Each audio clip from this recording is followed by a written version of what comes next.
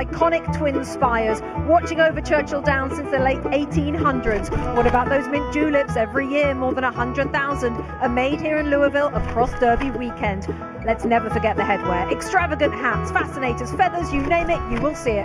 Onto the racing, the garland of roses placed on the winner, a tradition that started in the 1890s. And lastly, that Kentucky Derby winner's circle, the most valuable piece of real estate on these grounds for the champions of the most prestigious horse race in America. And I mentioned those hats and the fashion. There's nobody better placed to talk about all of that extravagance than Zana Roberts-Rassi and Dylan Dreyer.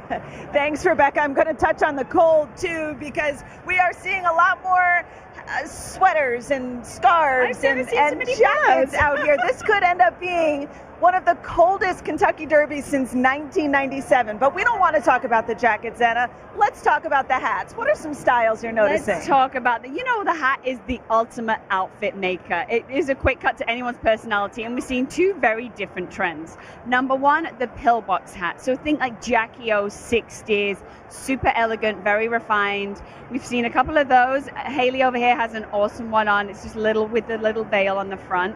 But then we have the other side of the coin. Yeah, quite the opposite of the minimalist pillbox hat. The maximalist. We are definitely seeing that. We have the actual girls. They are called the Hat Girls. Their hat line is the Hat Girls. They are from Louisville, and they are wearing these incredible origami. They're almost replicating the twin spires themselves. Ombre finish. They look absolutely gorgeous, and we're seeing these trends across the board today. And no matter what the trends, I mean, just the hats in general, I could people watch all day. The styles are beautiful. All day long. We're having a lot of fun up here. And speaking of style, let's bring in John Fanta now, your first Kentucky Derby, and man, are you dressing the part, my friend. Dylan and Santa, thank you very much. And we're developing all new trends here in the infield. This has always produced some amazing fashion, from florals to relaxed casual to some amazing headgear. And we have that in store for you today with the 2026 Derby 152 fashion show. Some bold prints on display for you. How about some red, some pink?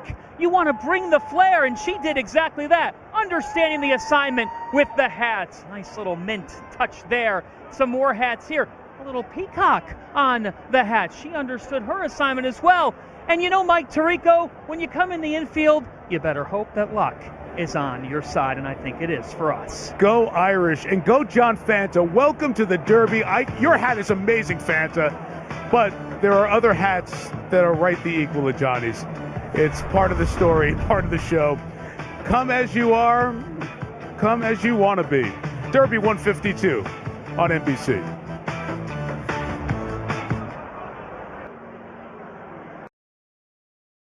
Wind. Is it going to fall off when you give someone a hug? If it is, grab the pins now. And number three, take a look at the whole outfit in its entirety. The hat, the look, the shoes, the accessories. Is there something off? If there is, take a leaf out of Coco Chanel's book and lose something before you leave the house. Rebecca, you've got those? You got the rules? Zana, thank you very much. Well, I seem to get this assignment every year, but I'm absolutely not complaining. We're about to make all across Churchill Downs. They're off in the Kentucky stage of my career. If I could pull off winning the Derby and be enough, why don't we put you on the wait list? And the Kentucky Derby has its version of it. It's that also eligible list, the horses who were good in the qualifying races but not quite good enough. Sometimes, though, the seats open up at Harvard. Sometimes the gates open up at the last minute in the Kentucky Derby. So many scratches this week. You say those three that have drawn into this race. Now, usually the also eligibles who get in are long shots. These horses are definitely long shots, and usually they run like it. Although last year, Baeza, also eligible, he finished third. And the mother of all Derby upsets, 80-1 Rich Strike 4 years ago, was, you guessed it, an also eligible. So take a look at these three horses here. Robusta going to be ridden by Christian Torres. Ocelli, Tyler Gaffleone. They were originally on horses who scratched out in Great White. I don't know if he's got much of a chance, but he sure is something to behold. Check out this beast next to his trainer there. Maybe we call this guy the fridge, Mike. Why? Because you take the average size of a horse in this field today, now strap a refrigerator on top of him. That's how much this guy tips the scales at. And maybe because of that, he's gained the most interest of those also eligibles at 23-1 at the moment. Horses on the track. Good race coming up. Pat Day Mile. We'll handicap it and show it to you right after this.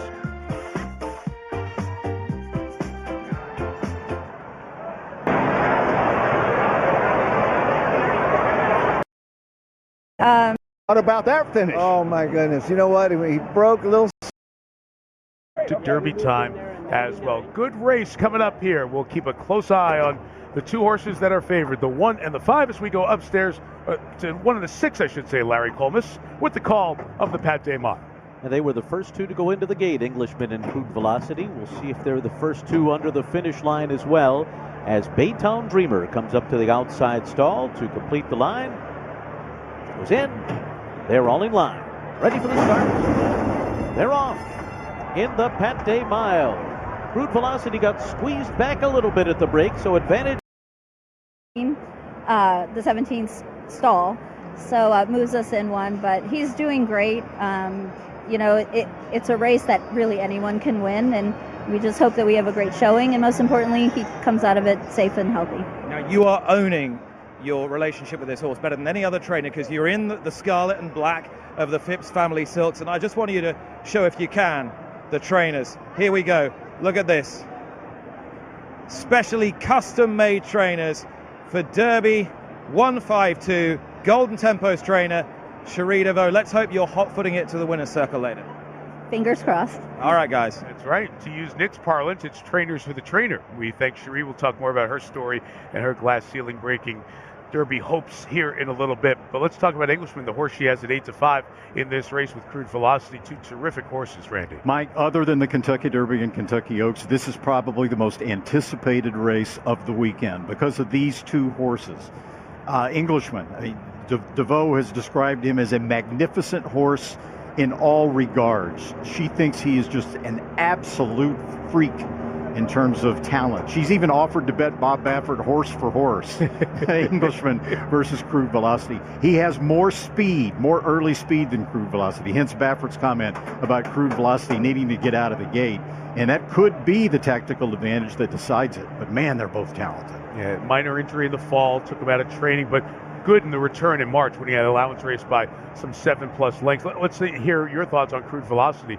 The Baffert horse, Bob is trying to win this race for a record time as well. He's had so much success in this Pat Day Mile. Yeah, with all respect to Potente and Litmus Test in the Derby, Bob thinks Crude Velocity is his best 3-year-old. In fact, he considers this to be his prep for the Preakness. His first start, he won despite trouble. His second start, he looked absolutely dynamic. This is going to be one heck of a race. He'll have to come from behind, though, to catch Englishman. And ownership has said Crude Velocity will go from here, if healthy, to the Preakness. There is Pat Day, you see on the right. We'll hear from him a bit later on as we get closer to Derby time as well. Good race coming up here. We'll keep a close eye on the two horses that are favored, the 1 and the 5, as we go upstairs to 1 and the 6, I should say, Larry Colmus, with the call of the Pat Day Mile.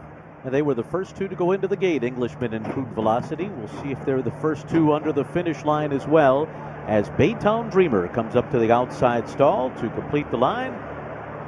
Goes in. They're all in line. Ready for the start. They're off in the Pat Day Mile. Crude Velocity got squeezed back a little bit at the break, so advantage to Englishman, who comes onto the inside stall with some early speed, and Crown the Buckeye is alongside in second. So these two will be the pace setters as they leave the chute. Now Crude Velocity has moved to the outside of them after not the best of beginnings, and is going to be in third position early on up the backstretch, and now moves up into second. Englishman on top, Crude Velocity at him on the outside. Round the Buckeye is running in third. Opening quarter mile was 22.06 seconds. They're moving right along. Then Creole Chrome on the outside, followed by Trouble Calling, Secured Freedom. Outside of them, Baytown Dreamer is next. Lock, Stock, and Pharaoh by 3. Then comes Work.